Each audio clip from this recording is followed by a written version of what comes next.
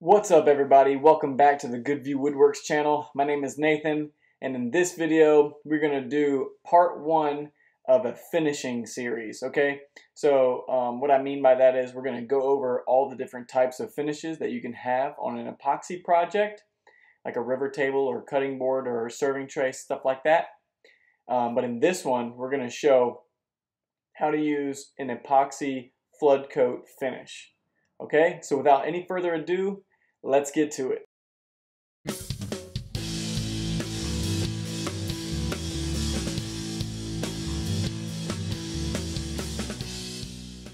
Okay, we're going to get started with sanding our project, scuff sanding with 220 grit sandpaper, and this is just to prep the surface for the epoxy. Okay, and so we're going to take some isopropyl alcohol and a rag, and we're just going to wipe down the surface.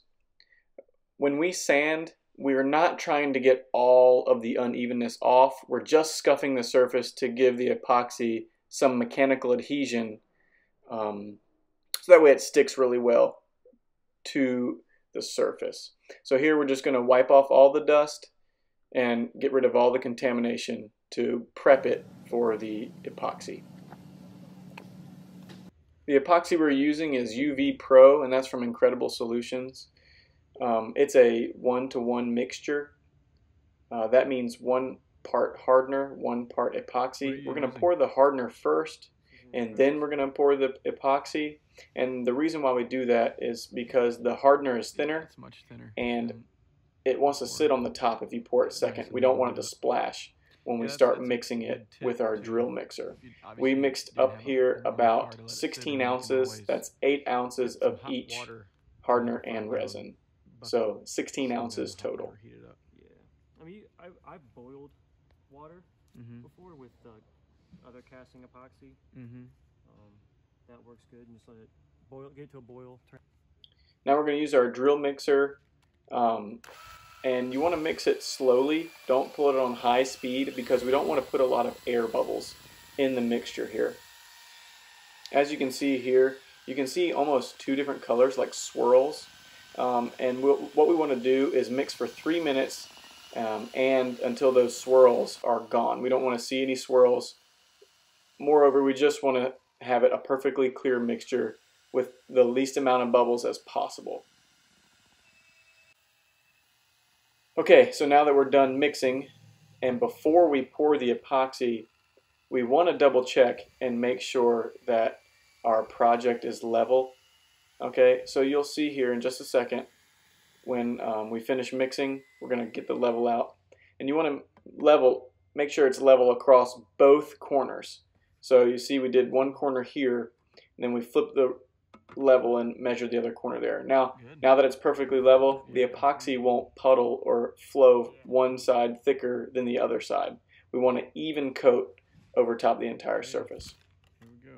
So now we're going to pour out the epoxy, and we want to make sure we only pour 2/3 of what we've mixed up, and that's because we want to have enough left over to pour it over the edges. That way we know we have a good, thick, consistent coverage of epoxy. So we'll take our square notch trowel here. It's just a plastic notch trowel. It's 1/8 by 1/8, and that way we can get an 1/8 inch coverage of epoxy over the entire surface and the edges. And we're going to use a technique called mowing the lawn, and we're just going to move the epoxy back and forth over the surface of the cutting board, and that is just to ensure that we have an 1/8 inch coverage over the entire piece. Now, we want to move it to the edges, but we don't want to push it over the edges yet. You want to push it up to them. That way you know the surface is has enough epoxy. And then once the surface has been fully covered, we'll then go over and push it over the edges. Okay, so we'll get those pushed over the edges, and he will continue to just level it out from there. So you can see here that we pushed quite a bit over the edge, but we definitely want to do that. And that's because you want a clean, glossy, smooth edge. And look what happens. This is a cool shot. You can see all the way into the burl. So the epoxy fills in all those micro scratches. Man, that looks really cool. So we'll continue to get it straight and even over across the top. You'll see Justin here continue to move it back and forth because there's quite a big puddle in the middle, just to make sure that it's even. Now, you see how he has some gloves on, and the reason why I want to use gloves, one, that's clean, we don't want to get this on our hands, but two, if you have a piece of debris or something in the epoxy, you can pull it out really quickly. And we can also use our gloved finger to tap the edges wherever they're dry to move the epoxy in that spot, so you have good clean edges. Mm-hmm.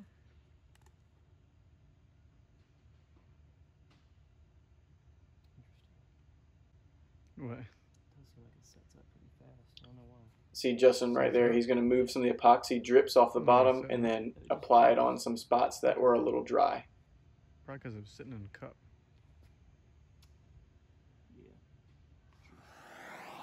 Alright, last but not least, we're going to take our torch and go over the surface to remove any micro bubbles. And we're going to do this 3 times, come back every 5 minutes or so to pop all those bubbles. Alright, let's see that final product here in just a second. Nice, dude.